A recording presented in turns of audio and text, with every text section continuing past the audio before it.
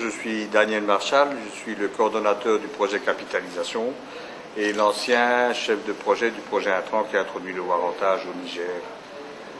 On m'a dit que le warantage est un des meilleurs outils pour le moment vraiment de lutte contre l'insécurité alimentaire. Les producteurs et les productrices des pays sahéliens n'ont pas beaucoup de diversification dans leur culture, produisent tous la même chose. Le seul revenu qu'ils ont, c'est justement le produit de l'agriculture. Donc tout le monde a tendance à brader ses récoltes au profit de commerçants ou au profit d'autres personnes. Et donc pour éviter ça, le warantage est une technique qui permet de stocker une partie de la récolte, de le mettre en garantie chez un banquier.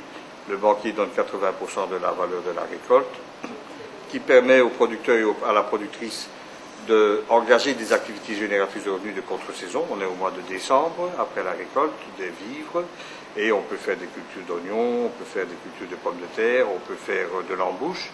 Au mois d'avril, on rembourse le banquier avec les taux d'intérêt, et le banquier libère le stock qui, entre-temps, a augmenté de valeur. Donc c'est vraiment un moyen de préserver son stock tout en ayant de l'argent pour faire des activités génératrices de revenus. C'est ça la sécurité alimentaire. Le warantage a commencé au Niger. On l'a introduit simplement pour permettre aux paysans et aux paysannes d'avoir un peu plus d'argent issu de la sueur de leur front, c'est-à-dire de leur production, pour que une partie de cet argent soit investi dans les engrais ou dans les facteurs de production, donc pour augmenter la production.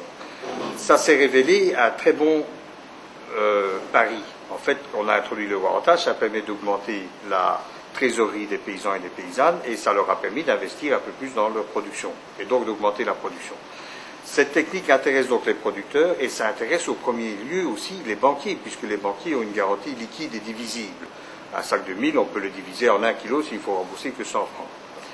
Et cette technique est tellement intéressante que tous les pays de la sous-région sont venus visiter, d'autres partenaires comme l'ICRISAT à Séville à côté de là, avec la FAO, a diffusé cette technique dans les pays voisins, et ça commence à se développer partout. L'intérêt de la technique telle que développée au Niger, c'est qu'au lieu de faire appel à des grands entreposeurs agréés, à des grandes banques, ça se passe au niveau de villages, de petits villages, avec un petit stock et 2 cadenas. Un cadenas pour la banque et un cadenas pour la coopérative. Donc ça reste une dimension humaine.